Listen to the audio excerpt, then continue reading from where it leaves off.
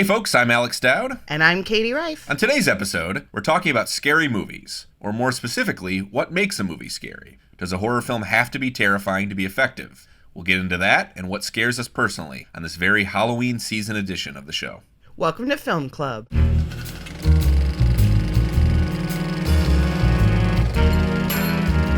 All right, so Dowd, all month we're talking about horror movies here on the podcast, but the question is, what makes something a horror movie? And that question is actually more nuanced than you might think. You know, at risk of sounding like the dictionary, the terms horror movie and scary movie are interchangeable. They pretty much mean the same thing. Mm-hmm. People use them interchangeably. But does a horror movie have to be scary? Is that a qualifying or disqualifying factor? The pro argument is simple. Yes, horror is scary. So therefore, a horror movie has to be scary.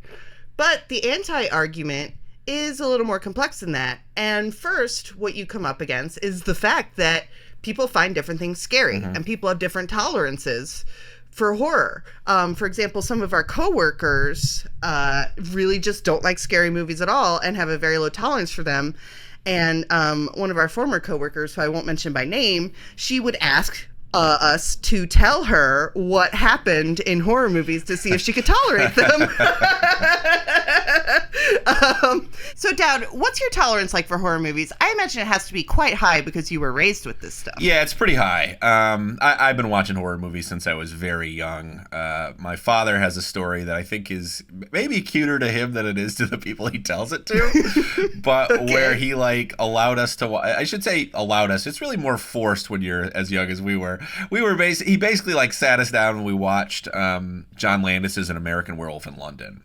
And okay. I would have been maybe 4 years old at the time. Okay. And my sister would have been a year younger. So we were definitely probably way too young to be watching that. But I do think that it toughened me up a little bit at a young age. And I did watch a lot of things that were not totally appropriate for me as a young child to watch, but I'm sort of an old pro at horror in that sense. I don't know. I feel I often have a kind of abstract appreciation for what a horror movie is doing. Right. I'll say that something is very effective, which is not to say that nothing ever gets under my skin, but the normal tricks of horror films don't necessarily don't keep me up at night, I guess I would say. Yeah, and I think there is something to be said for the fact that when you watch a lot of horror movies, it is a relatively formulaic genre. And so you can kind of see where things are going and see things coming. And that kind of does dull the effect. For me, I've talked about this before, didn't really get into horror movies that much until I was a little older because my parents were more strict about what we watched growing up. But I find that now I have a very high tolerance for most types of horror. But there are certain tricks that still kind of work on me, and I don't mind it because I think it's kind of fun. Like what's one that works on you? Jump scares work on me. Well, that's true. Yes. I'll see. Dowd is laughing because we went and saw The Conjuring 2 together, and that was fairly early in my reviewing career at AV Club. And I was like, please, I want to do the review, please. And then we went to the screening, and I jumped. And Dowd says I screamed, but I say I didn't. You definitely screamed. But the thing is, I was having fun, Yeah. That wasn't no matter how many of these movies I watched, when something pops up and they go, ah, then I jump in my seat and I go and I scream and I giggle and I have a fun time. I like roller coasters too. I think it's a similar impulse, honestly. Well, you bring up jump scares, but jump scares are definitely, it's almost a reflex that those films are hitting.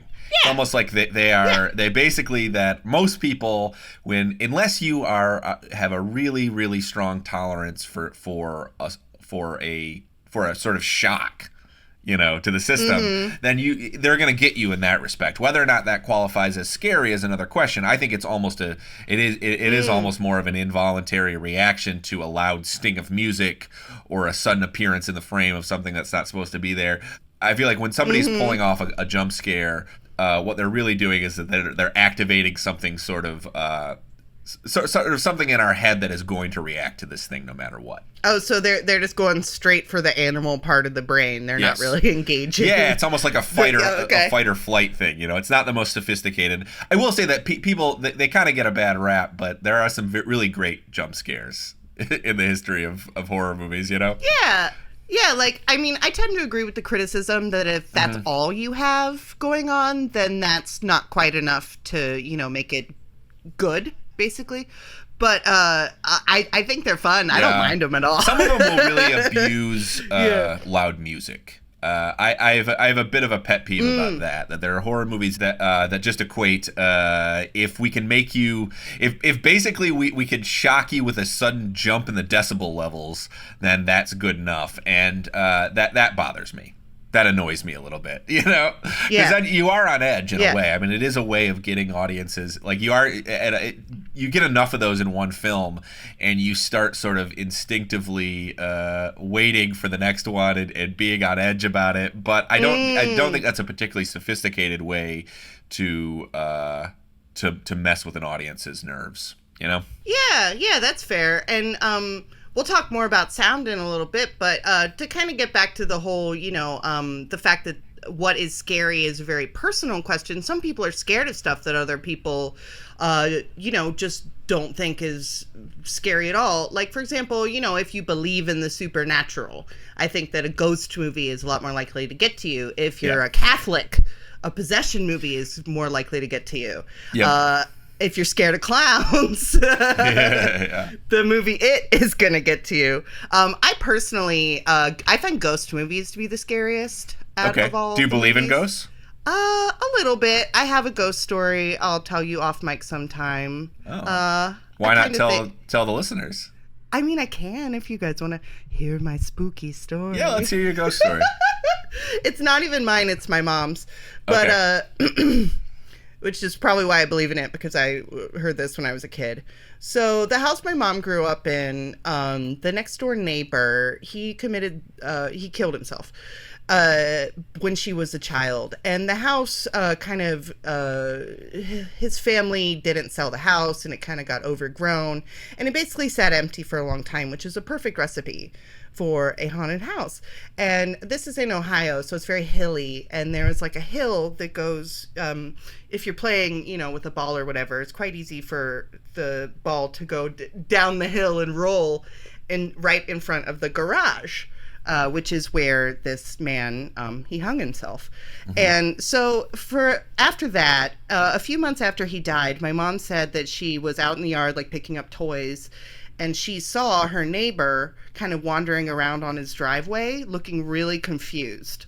Just saw him, and he wasn't like see-through or anything. It looked like it was him, but he just looked really kind of lost and confused and was just kind of pacing around in front of the garage door. And then forever after that, it was, you got that thing where it was really cold inexplicably, and no one wanted to be by that garage door. So, yeah, that's my ghost story. There was a ghost next door to my mom's house growing up. Okay. So, horror can be very personal. Ghost movies probably work more on me because I grew up with a ghost story. Mm. And, even beyond that personal thing, the genre itself can be very malleable. And I think not the best example, but a great example of this is the fact that on Twitter, every couple months, there's an argument over whether The Silence of the Lambs is a horror movie. It pops up like clockwork every 2-3 months.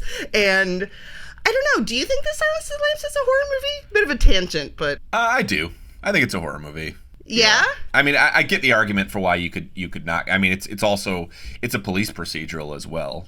Mm-hmm, I mean, it's a, but I mean, I think that Lecter is enough of a malevolent force that it works as horror. I mean, he's basically Dracula in a way, right, or the devil. I mean, I've always, I love Silence of the Lambs, but I mean, there's a little bit like, okay, so how exactly does he make multiple Migs choke on his own tongue?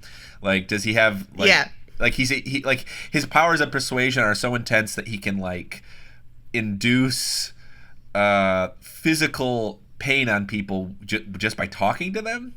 That's right, right. He is virtually a supernatural force in some respects. Yeah, that's a good point. Yeah, he is pretty much supernatural. I don't know if you ever watched the show Hannibal, but they kind of they kind of try to put scientific explanation on it in Hannibal, and I find that to be basically supernatural as well. Yeah, I mean, some of his powers on the show are even more outlandish. He can really pretty much. Yeah, he has like hypnotism powers where he can like make people go inside their own heads, and he could bring out the secret killer inside of them. And, pretty much. Yeah, I mean, he's always, for as much as I think Lecter taps into our kind of universal fear of serial killers and of the deranged who walk among us, he is like an outlandish character in some respects. He is kind of he is like a force of nature.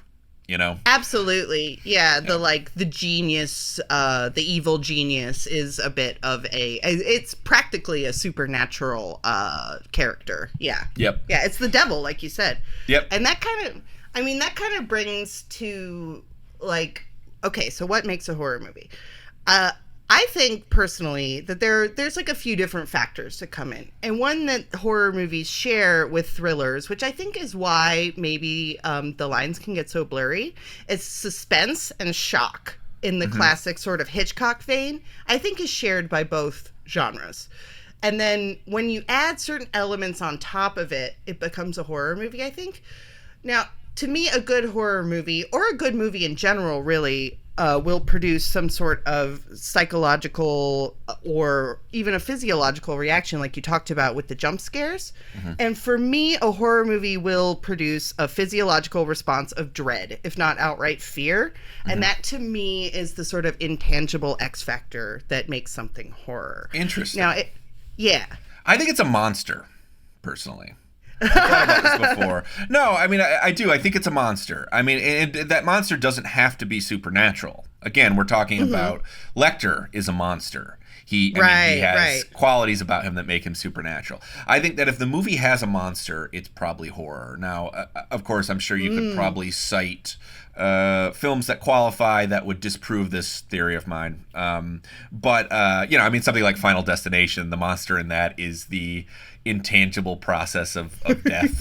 Yeah. Which, by the way, I love that series personally. I'm a huge fan of those movies. But I really do think it comes down to is there a physical manifestation in some way of our fear, I guess is what. Yeah. That's another thing that I thought of. I can get with that because, the other thing that I was thinking of is there is, a supernatural element just pushes it over the edge. If it has a supernatural element, it's horror. That's, to me, yes.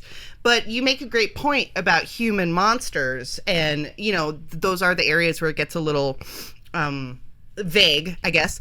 But I think that a horror movie does play on a primal psychological fear. For sure. And there are horror movies that are very suspenseful as well. I mean, there's a lot of cross-pollination. I do think thrillers in general are more interested in keeping us on the edge of our seat than they are in scaring us necessarily. That's a fine point distinction, I suppose.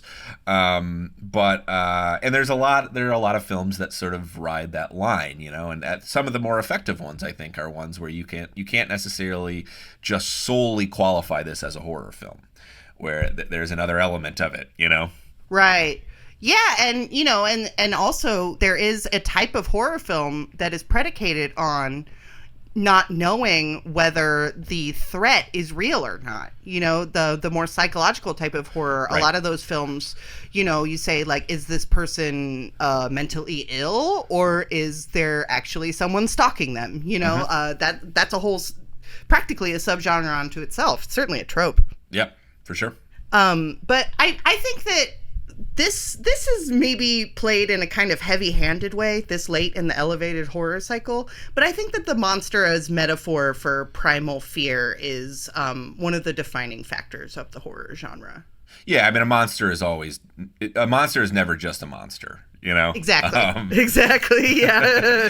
Any academic who's studied the genre will tell you that. I mean, it can always represent something else. I think that some of the, I don't want to relitigate our discussion about elevated horror again, but I will say that I think some of the pushback against that concept and those kind of movies is that they take something that's innate to the genre, that's just there, that's subtext, and they make it almost text, basically. It is text. Like I think I personally think that this is late in the elevated horror cycle, and I would not be surprised to see a return to just straight up roller coaster rides in a couple years, because people are getting a little tired because the for example, like last week I covered a couple online horror festivals, and the metaphor was right up front in most of what I watched. Yep. Yeah. I mean, we talked about this. Horror is I think it's a fundamentally trend-chasing genre in some respects. It is always like, what is working right now? Because these things are so often designed to be these, for lack of a better word, these kind of crass commercial entertainments. They're like, we got to get people in the door, A lot of that is nothing wrong with that. Right. No, there isn't. But they're like, what worked last season? And if that worked last season, it'll work again this season, which is why you will see these, you'll basically see a line of imitators after a big hit. Oh, absolutely. And I think that there is some sort of larger, almost Jungian forces at work too, where you will see trends. For example, like witch and Satanist movies were really big about 2-3 years back, and werewolves seem to be having a moment right now. And I think that those will kind of contagion horror and body horror. With the pandemic, I think that you're going to see a lot of that coming out in the next couple of years. And I think that the trends in terms of types of monsters will reflect sort of the collective anxieties of a certain age a lot of the time. I totally agree. And I actually think it's one of the reasons that I love horror, actually, is that more than I think a lot of other genres, and this could even be an accidental byproduct of just what's in the air, people pulling from a general sense of dread that's in the air. But the genre does often seem like it has its finger on the anxieties of its time. One of the more convincing arguments I've heard for torture porn, which is that early 2000s subgenre of horror that's all about physical and emotional, psychological torture, essentially. Saw and Hostel. Yep.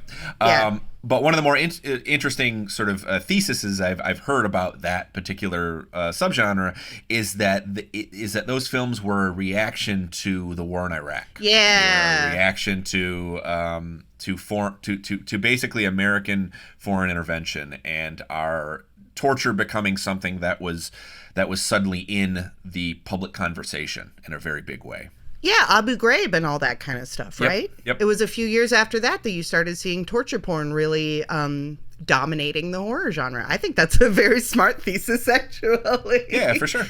Yeah, like another example is the wave of witch movies that came out in the 70s were sort of a subconscious response to the women's movement. Yep. And atomic monsters in the 50s, our fears about the bomb, all of this stuff is very close to the surface, I guess the question is how much of it, even if it is, a lot of these will be tapping into a general cultural anxiety or fear, but that doesn't mean they necessarily speak to us on a personal level. Right, okay. In terms of what scares us, Yeah, because what actually scares you is very personal. But one thing that I find very interesting about horror movies is that there is a certain amount of technique and craft and formula involved in creating psychological and physiological responses. And I think that that's just so interesting and fascinating. Like, for example, when you're constructing a scare, like cinematography will play a big role in that. And one thing that I like to point to is if you have watched The Haunting of Hill House on Netflix, it is a perfect example of this. And Mike Flanagan tends to do this kind of thing a lot. lot, and it's very effective, is what they'll do for supernatural horror. And another great example of this is the hedge scene at the beginning of Halloween, where Laurie Strode sees Michael Myers peeking out from behind the hedge, and when she sees him in the backyard with the laundry. It's like the sudden, subtle intrusion of something that is wrong into a normal, everyday kind of scene. That is one method of producing a scare that I find very cool. Yeah. No, I've always said that that horror as a genre requires a certain base level of technical competence to work. Yes. Because you are essentially setting up, they're almost like gags. You're like setting something up, and you have to, you brought up you brought up cinematography, and I think it's important to understand where to put the camera. And even these the basic, most horriest tricks that horror movies will pull require that a filmmaker knows exactly how to pull them off. A good example, I think, is Paul F. Tompkins has this really funny bit from one of his stand-up specials where he's talking about a scare that always gets him, a really corny one that always gets him, which is the character is in the bathroom, they're at the mirror, they go down to like splash some water on their face, and when they come up, there's something in the mirror behind them. Now, or they close the cabinet.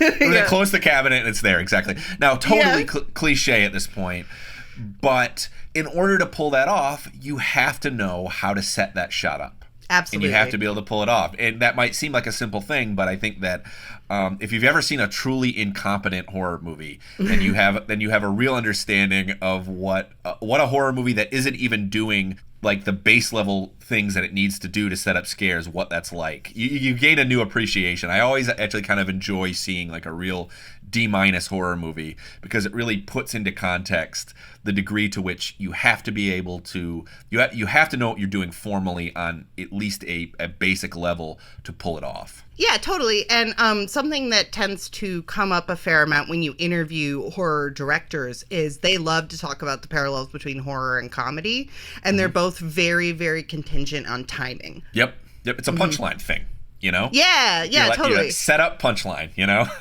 Yeah. They're very similar in that way. And I agree that it does take a certain amount of technical know-how, and some of the best and most effective horror movies. I brought up Halloween.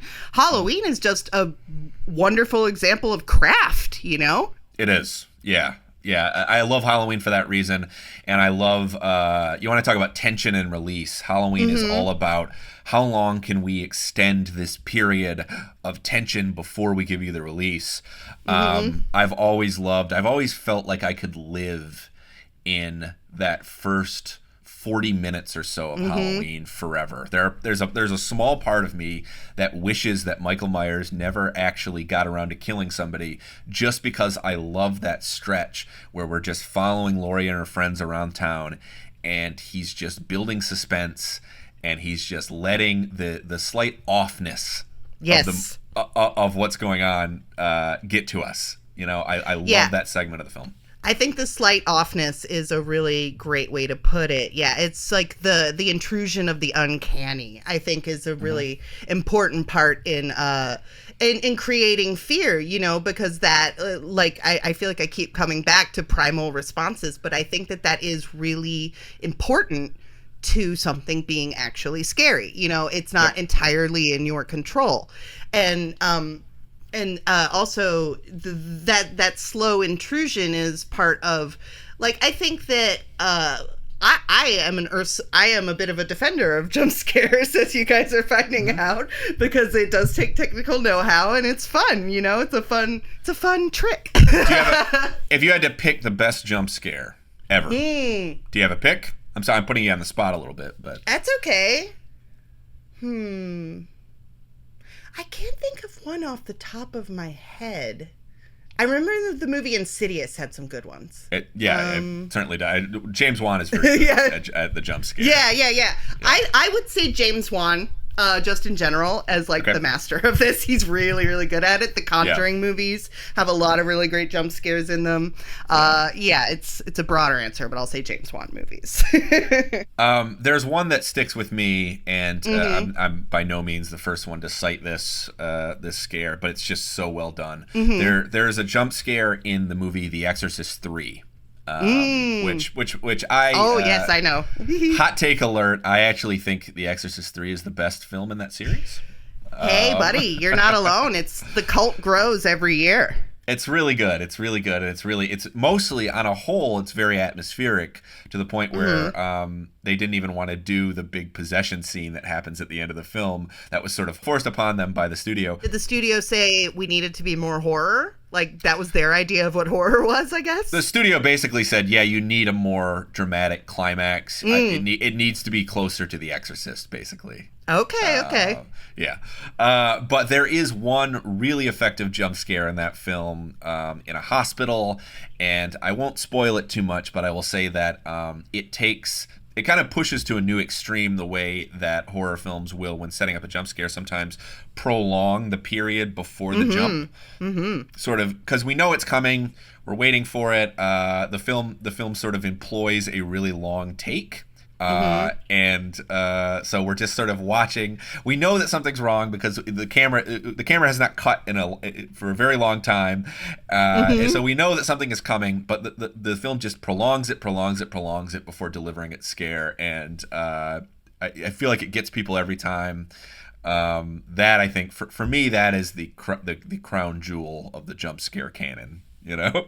Well, you know what? The like just the like you said, the framing is really important in that scare, and the timing, because it does hold just a little bit too long, which gets at that sort of feeling of wrongness that we keep talking about as scary, just something that isn't supposed to be the way it is, but it's like that, and you can't make it stop, which so fun.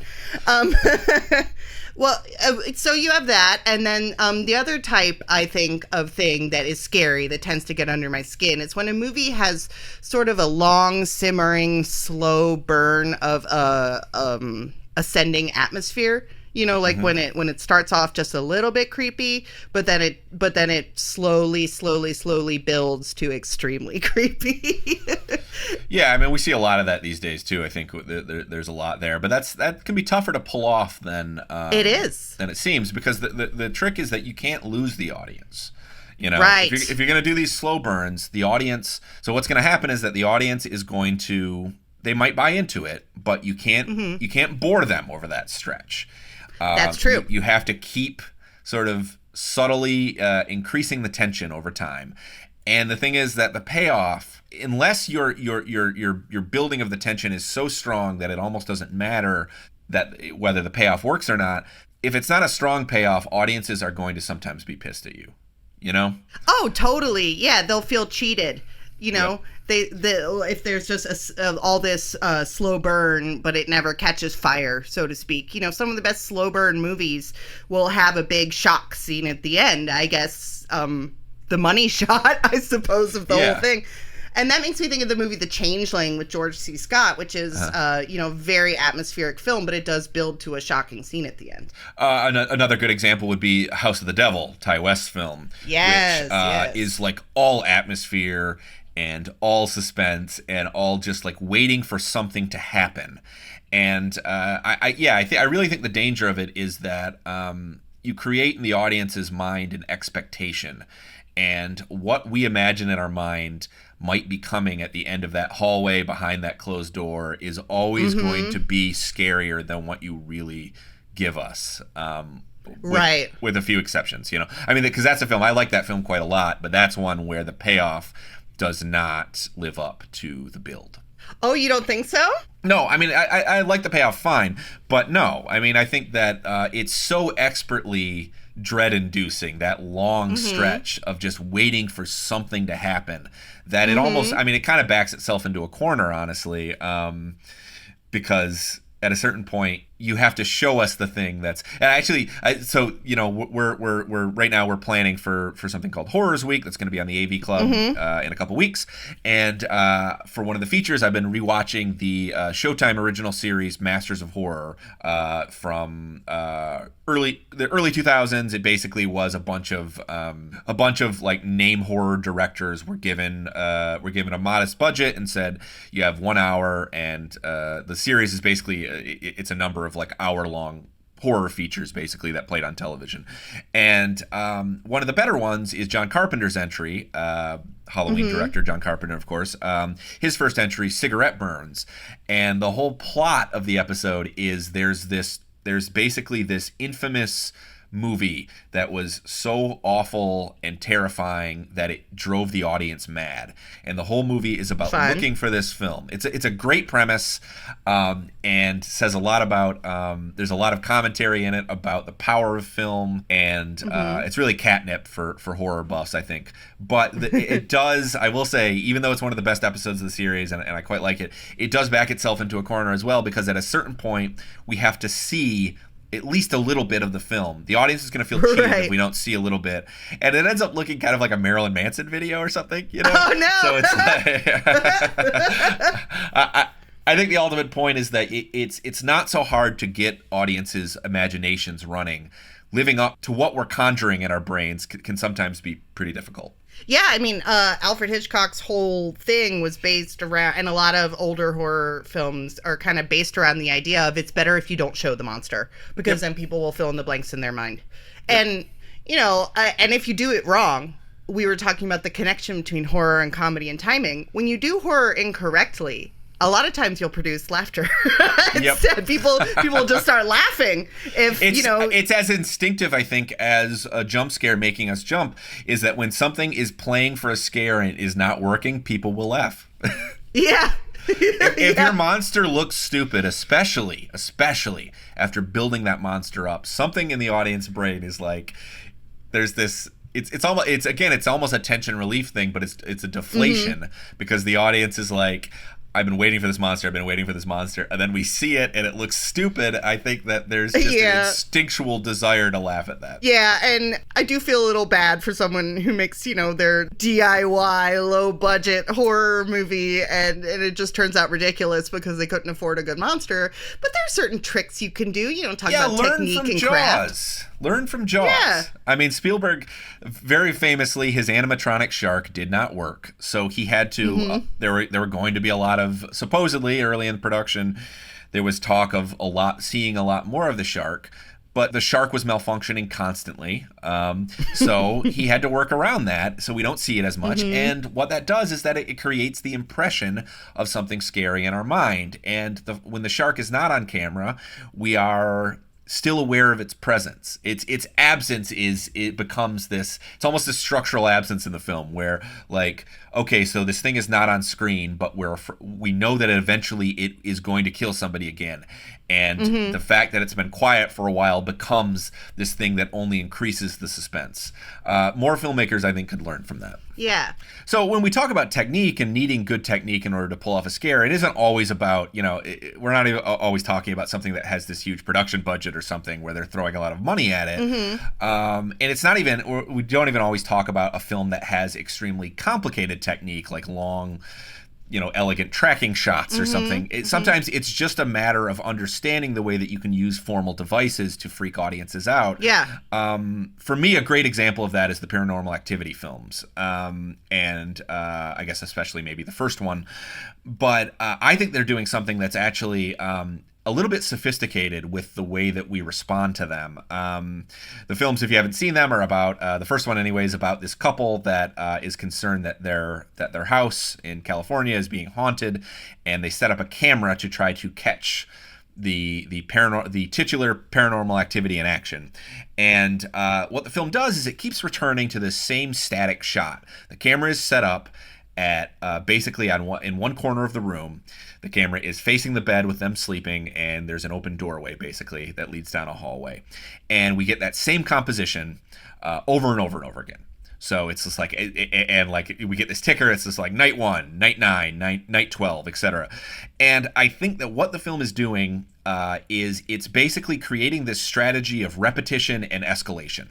So we see this shot. We know the basic parameters of this room, and we know the basic parameters of the game, if you want to think about it almost like a game. So we know that on night 1, we're going to see something. You sort of get acclimated to the space. You sort of understand the spatial boundaries of this particular composition. And then every night, it's a little bit more intense. So I think what happens is that the audience gets this instinctual shudder when we cut back to that same shot that we're seeing. Yeah. That can So be it's just like, super oh, shit. effective. Yeah. It's very effective, I think. So it's like it's day 8. We know what happened in day 7. The variables have not changed. It is the same space. It's the same mise en scène. We just know that something a little bit more intense is going to happen this night, and I think it almost creates like a Pavlovian response. I think that series kind of overstayed its welcome a little bit, but I will say that I really loved seeing those movies in the theater because you could sort of get. It was like little waves of fright, little ripples of fright would pass through the theater as people noticed at different times something happening in the frame. Yeah, that. You know. Well, that right there speaks to two of the things that that I really love about horror movies. One is that feeling of like that wave that passes over an audience when you watch them with an audience. And then the second is that I really do think that you really don't need a lot of money to make a horror movie, and Paranormal Activity proves that. You can break into the genre, you can make a career off of just basically technique alone, which I think is very democratic actually. Yep. If you have the premise and you have the technique, you can do it. Yeah. Well, let's talk about, I think there's another, so we've been talking, about, we've really been talking more about mise en scène than we've been talking about cinematography, if you want to put a really fine point on it. But I think the other key factor is sound. You talked a little bit about the loud music and how sometimes filmmakers will kind of show their hand a little bit by this happens again a lot in haunted house movies where someone will step into a dark hallway and all of a sudden the music comes in really loud and you're like, ooh, here comes the ghost. But sound is another really important part of constructing a scare. Obviously in a jump scare, it usually comes with a loud noise. And you can do it with the creeping atmosphere type of constructing a scare too, where something that people like to do a lot that I really love is they'll put little whispers on the soundtrack, little subconscious noises on the soundtrack. That's so fun. A famous example of that is in The Exorcist. This is a combination of two techniques. Is they put in little split-second frames of someone wearing demon makeup accompanied by the sound of baboons screeching, and that again speaks to your brain goes, oh, that's not right, that's not supposed to be there, and that produces and they do it so quickly that it's a subconscious reaction, and it makes you feel freaked out and you don't really know why. And so I love when they use animal noises and the whispering of the dead on the soundtrack. That kind of stuff's so fun. Yeah, I mean, certain frequencies even can produce impulsive reactions to something. If you go particularly high or low, there's a fair amount of like psychology involved in a lot of great horror, in just knowing the way that human beings will respond to certain stimuli. So I think that is one way that a filmmaker can use the sound design and also abuse it occasionally. But I think it's also about implication too. I think that sometimes a great horror film sometimes implies its monster through sound. We don't see the thing, but an impression of it is conjured in our head from what we hear. Right. So some of the great horror films, I think, have a really great use of off-screen space, and sound can be really important with that as well. Yeah, totally. And sound also factors in with the type of horror that we haven't really talked much about here. And I think it often gets criticized for not being that scary. I think perhaps because it's a different technique than a lot of the suspense building stuff we've been talking about, which is explicit gore scenes. Foley artists and sound effects really come into play there. And like you said, some of it can be implied, where you hear like a squishy sound off screen, but it's framed so you can't really see what's happening, but you hear these really nasty squishy noises, and that makes you go, ew, and that makes you imagine it as being more explicit than it actually is. And actually, now that I think about it, the Texas Chainsaw Massacre has a reputation for being a lot more gory than it actually is, partially because of its use of sound effects. Yep. We don't actually see that much, honestly. Or you think about something like a granddaddy of the slasher, like Psycho. People always imagine that film, the famous shower scene. We don't see the knife go in here very much at all, but he uses this sound effect. There's this thwap noise that we keep hearing that allowed Hitchcock to get away with more. And to convince us that we're seeing more violence than we really are. I feel like I'm getting a little into like film 101 here, honestly, talking about something like the psycho shower scene. But there's a whole documentary about it. Yeah, it is relevant. I think it's called 4852. There's a whole documentary about the construction of that scene. If you really want to get into the nitty gritty of, technique when it comes to creating scares, you can, that one explains it in great detail. Gore can be scary too. I mean, I think what it comes down to is that, we as humans understand that we are these squishy, vulnerable sacks of meat. Right. Basically. Sure.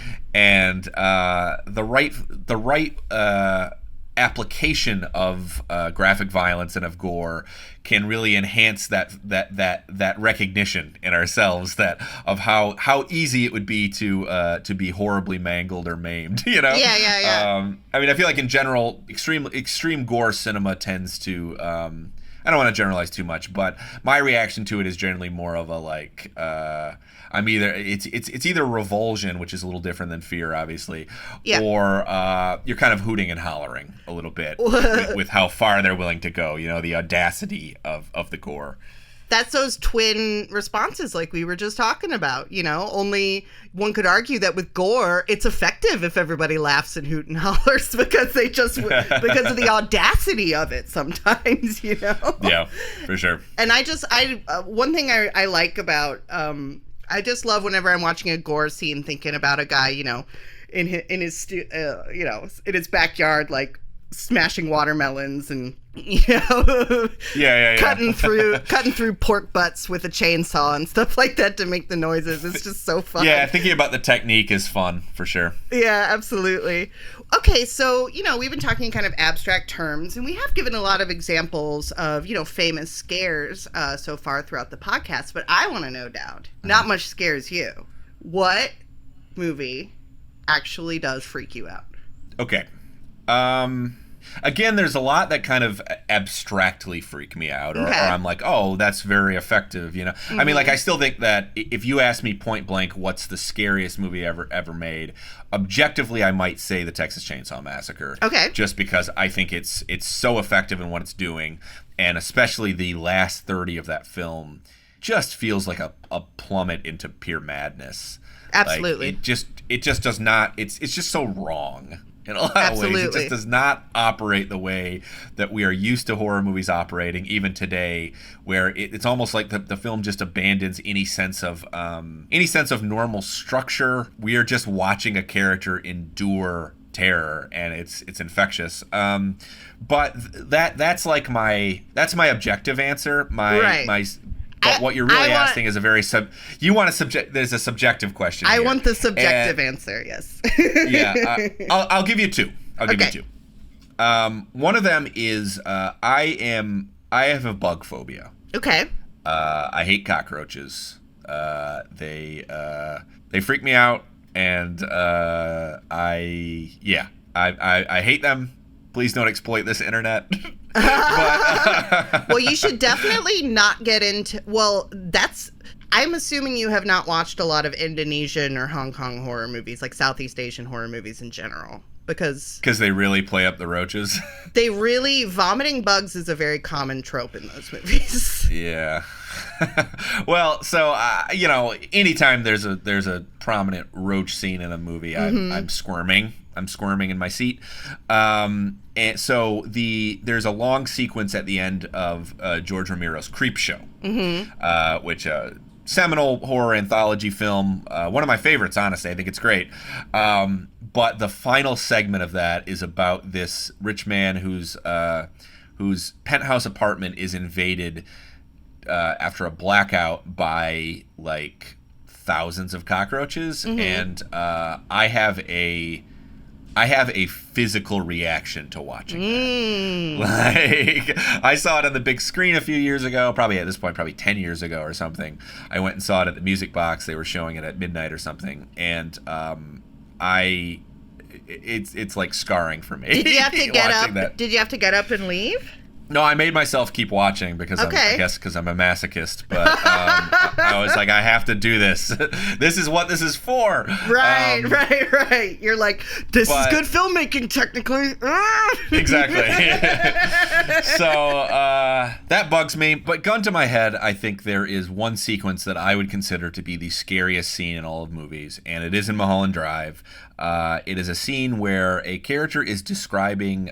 It's for those who have seen Mulholland Drive. It's the Winky's diner scene. Mm-hmm. Basically, there is a character who is describing a nightmare that he had at this very location. He's sitting in a diner with another man, and he's talking about a nightmare he had, and then basically, his nightmare starts to come true. Mm-hmm. He basically is like the very thing that he does in his nightmare, he does in this scene, and they walk out behind the diner, and I won't say what happens at the end of the scene. And I think it's fascinating because I think if you looked at if you actually look at what happens in the scene, nothing in it is that terrifying. Even the makeup isn't exactly like state of the art or anything. Sure. But what Lynch captures better than I think any filmmaker ever has is the feeling of a nightmare. Right. And that feeling of being trapped in a sequence of events that you do not have control of, being acutely aware that you are moving through time and that you can't control your actions and you are just being forced.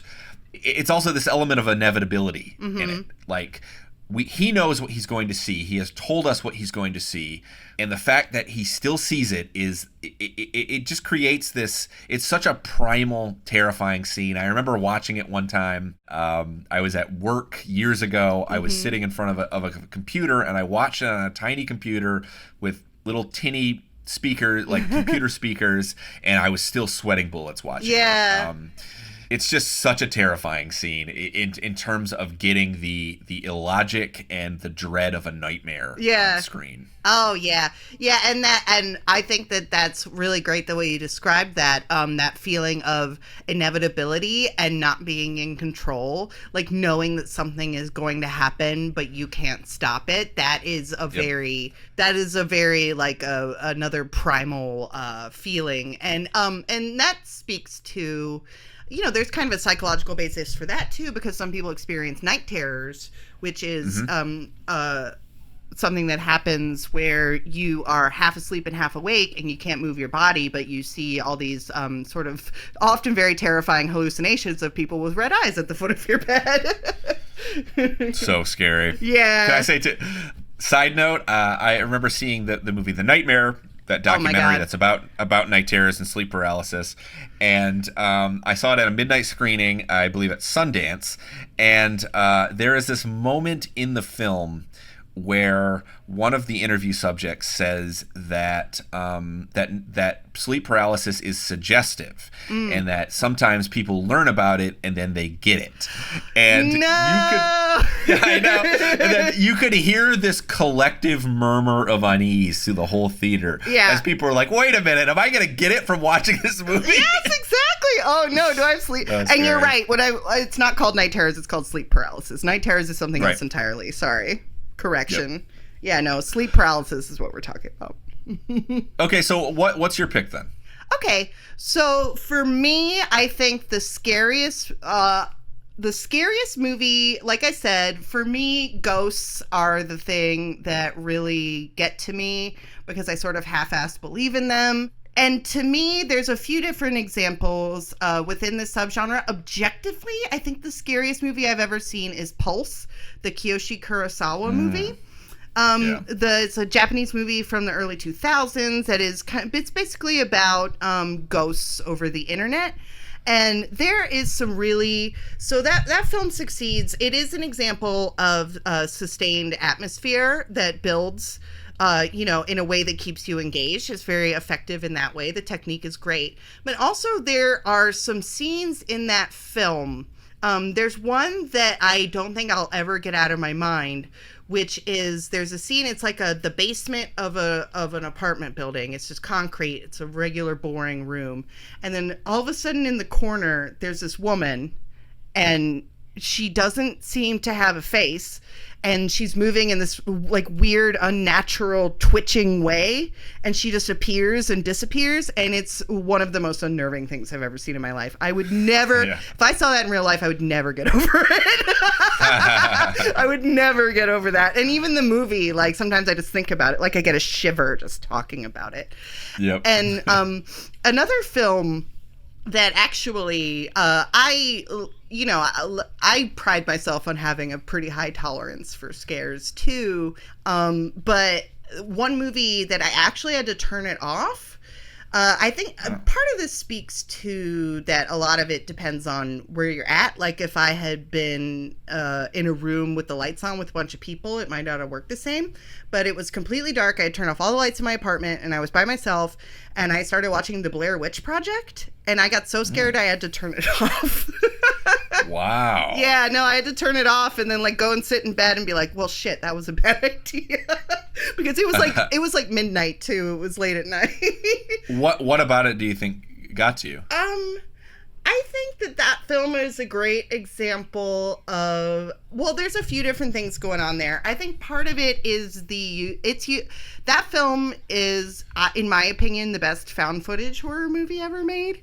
And that easily. Yeah, it really incorporates the found footage format in a way that's not only credible, but it enhances the fear, largely through the use of framing, like we were talking about, and sound effects, where, like, for example, a character will be pointing the camera in one direction, and then over to, on their right, you'll hear a rustling noise, and then the camera pans over really quickly, and all you see is, like, like someone being pulled out of the frame. You don't see what pulled them out of the frame. And that sort of abstract negative space kind of terror really just got under my skin. And then even at the end of the movie, you don't really get a good shot of the Blair Witch. Spoiler alert, I suppose. But towards the end of the movie, there's this image of a guy, and he's standing in the corner of this is a very famous image, standing in the corner of a basement, just facing the wall, and you can't see what's happening, but over to the side, you hear some really unholy noises, and that's another image that I will never, ever get out of my head. I believe we call that Chekhov's corner. If you introduce the idea that a character will be forced to stand in the corner by an evil witch in the first act, then eventually they have to do it. We'll have to see that. Yeah. I love the Blair Witch Project, so I don't know if it.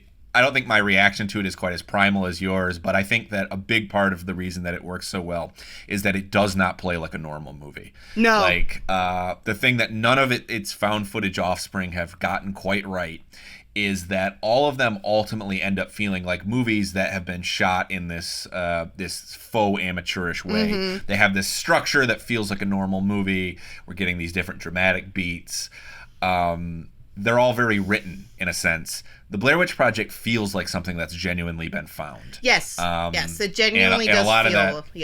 Yeah, and I think a lot of that has to do with the fact that that a lot of it is improvised, and that a lot of it was the actors were really out there in the woods and they were really freaked out and they weren't operating from a normal screenplay, and it just feels like we really have found this thing and we're really watching people. I mean, there's a reason that you can't get away with this anymore, obviously, with the internet, but there's a reason that the Blair Witch Project fooled some people, and there was a reason that it's a very famous Sundance screening where it premiered, that there were those who wondered if they were watching a real snuff film. Yes. You don't get that reaction with a film that with a found footage movie that is that's as blatantly staged as most of them are. Yeah, and as I recall, the lead actress in the film did come out and say, "No, I'm really alive," because people were concerned that she was dead. Yeah. But I agree that that was a really big example of time and place, where the internet at the time, you could just put up a website about like the search for the Blair Witch, and the internet wasn't quite sophisticated enough at that point. It was sophisticated enough that you could go to that website and look at it, but it wasn't sophisticated enough that you could then immediately open another tab and have it disproven within 30 seconds. So that was exactly. Yeah, it's the last great ballyhoo horror film, I think. That's all we've got for you this week. We'll be back next week, but in the meantime, please be sure to rate, review, and subscribe to Film Club wherever you get your podcasts. This week's episode of Film Club was hosted by me, Alex Dowd, and by Katie Rife. It was produced and edited by Carl Blumberg. Our sound mixer and finishing editor is Seth Hafer, and our motion graphics designer is Julie Mullins. Tune in next week for a brand new Halloween-themed episode. Thanks. Thank you. Bye. Ooh.